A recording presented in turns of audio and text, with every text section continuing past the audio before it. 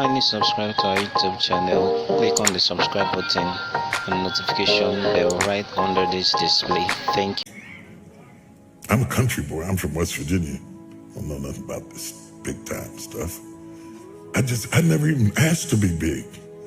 I wanted to be effective, not famous. Famous is the consequences of being effective. I didn't know nothing about being famous and I didn't like it. And so there I was. And when you first knew, everybody attacks you first and figures you out later. And the first time I was in the Washington Post, the article was so vicious it made me nauseous. I was so shocked that you could say that stuff about somebody you didn't even know based on assumptions and a little bit of this and a little bit of that. They piece it all together and you don't get to say anything back. So I decided I don't want this. I was preaching for Pastor Bishop Donnie Mears, and nobody knew it because preachers can override their feelings and function. I preached, the place was on fire, but inside I want to quit.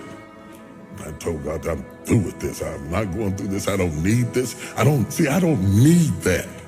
I'm a guy who likes to go get his own chicken wings. I don't have to have all of that stuff to be happy.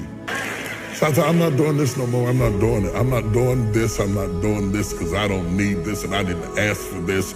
I'm only doing this because of what happened in my life, of the circumstances that happened in my life. He put me on stage. I didn't ask for it. And when I saw how much it cost, I thought, you can have that right back here. You have that right back up in here. I don't need it. So I was mad inside and I was hurt.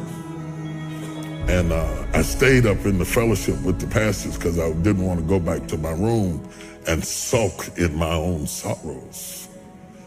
And they said, there's a lady downstairs waiting to see you. The service was over and the fellowship was over. The pastor was starting to leave. I was trying to outwait her. I thought she'd give up and leave. And when I finally came down the steps, she was there. And she was just a willowy bit of a woman. And she said, Bishop Jakes, she said, I've been in the hospital. She said, I was pregnant in my fallopian tubes, and the baby died in my tubes, and I was carrying around a dead baby, and the toxicity from the baby almost killed me.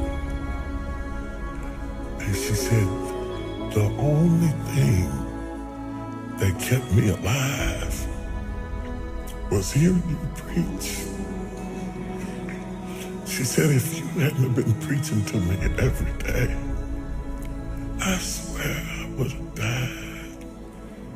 And then she looked at me and she said, it's for us. It's not for them. It's for us. It hit me so hard. I didn't even get her name. I got in the car and cried all the way back to my room because she reminded me why I was there. Last week when I texted you, I was up in Baltimore in D.C. and I was doing a book signing. And this woman came up to the table to buy sword. She said, you don't remember me, do you? I said, no. She didn't even look like the same person. She's all dressed up, gained weight. She felt like she went sick. Wow. She said, I met you in the bottom of Donnie Mears' church years ago, and I burst into tears. I lost it. I stopped the signing, and I jumped up and hugged her. If it were not for that woman,